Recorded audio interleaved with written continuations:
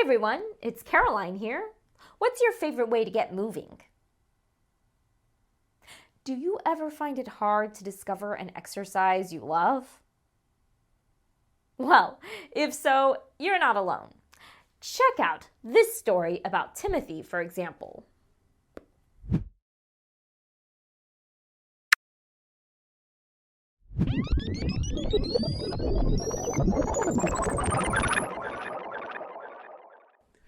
But Mom, I don't really feel like going to baseball practice today. I don't really like baseball very much. Timothy, you committed to the season, so you need to finish it, but maybe you can find something you enjoy more next time. All right, I understand. And it's good exercise, I guess. What should I try once baseball season is over? You see, Timothy was staying active, but that's only one part of the equation. He wasn't having fun. Staying active shouldn't feel like a chore. It should be something we enjoy. In this lesson, we're going to learn about how much exercise you should get daily, the categories of exercise, and how to find exercises you really enjoy. Let's get into it.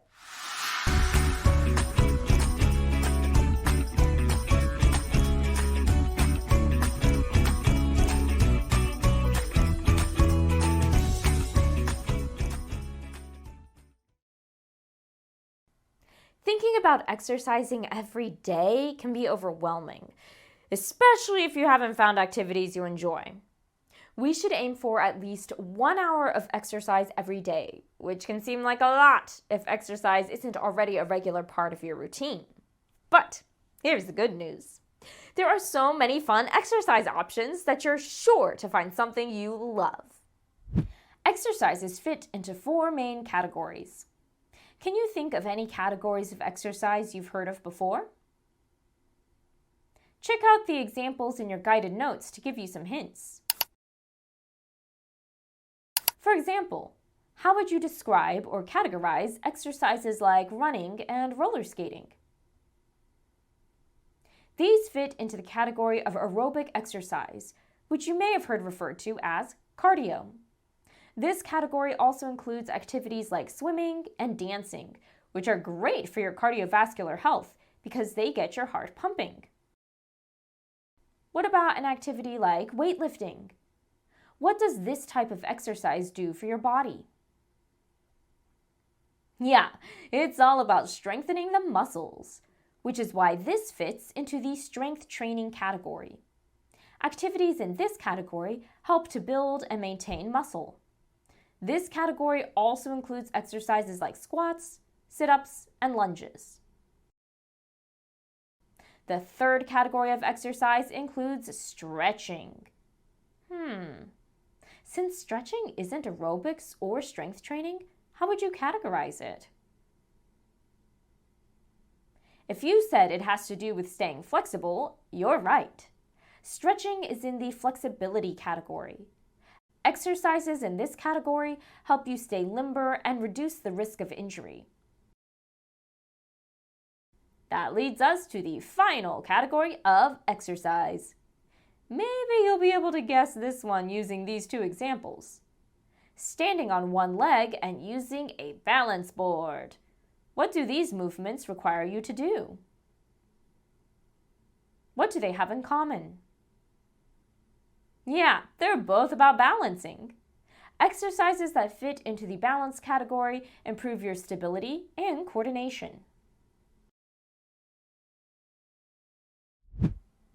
The key with exercising is to get a variety from each of these categories because they all have their own benefits. For example, what do you think would happen if a person only performs strength training exercises? Strength training would help to build stronger muscles, but without flexibility, those muscles could get tight, increasing the risk of injury. Think about any exercises you have done or do regularly. This could be any of the exercises we've already seen in this video or other things like playing outside, riding a scooter, or taking the dog for a walk. What categories do you think your exercises fit into? Take a moment to write your thoughts in your guided notes. Did you have a difficult time choosing just one category for any of your exercises? Although some exercises only fit into one category, there are many exercises that fit into more than one category. Take gymnastics, for example. You'll definitely get out of breath while performing a routine, work most of the muscles in your body, have to react and catch your balance, and do moves with a lot of stretching and lengthening built in. Think back to the exercises you wrote down. Take some time to reevaluate the categories you place them in and make any changes you'd like to.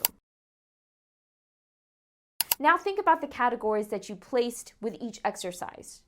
Do you have each category represented? Oftentimes, the flexibility and balance categories don't get included as much as the strength training and aerobics exercises. Do you notice any categories in your exercises that seem to be represented less than others? Pause the video now to reflect on this in your guided notes. If you notice that one or more of the categories seem to be underrepresented, it's okay.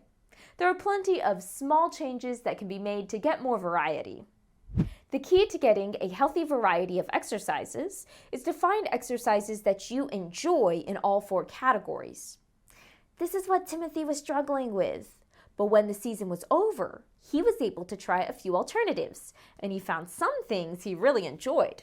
Take a look.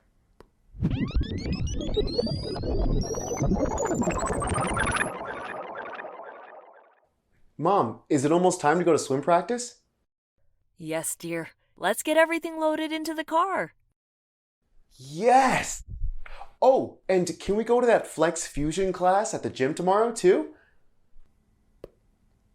Timothy found exercises he enjoyed, which made him motivated to stick to his exercise plans. Now that you know the categories of exercise and that it's important to aim for at least 1 hour of exercise per day, you'll get to explore ideas for exercises that you might enjoy too. The goal is to find exercises that you like doing and can easily incorporate into your daily schedule. Remember, as we travel back, we learn forward. Every past lesson builds a brighter future. See you next time. Hey, hey.